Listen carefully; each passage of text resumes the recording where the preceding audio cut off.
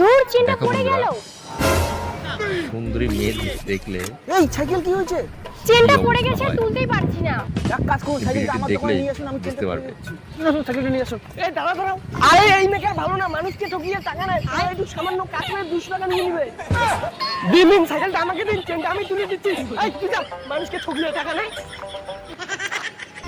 গজব বেইজ্জতি। আমি এখনই আপনার সাইকেলের চেনটা তুলে দিচ্ছি, বেকার বেকার শুধু ওকে টাকাটা দিবেন।